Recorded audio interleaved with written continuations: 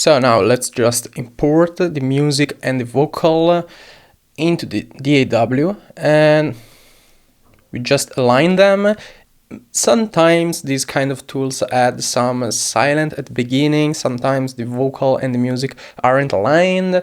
This isn't the case, but I had other tracks that presented that problem, and I mean, you have to make everything in sync to kind of start well. Otherwise, you're just going into spiral where nothing sounds good, everything you make is shit. And so my tip for this is import them, turn off the warp on both things, find the original BPM and then hit warp again. So it will warp anchoring to the original BPM. Otherwise it's just a bit offset. It tries to guess the original BPM and it stretches yeah,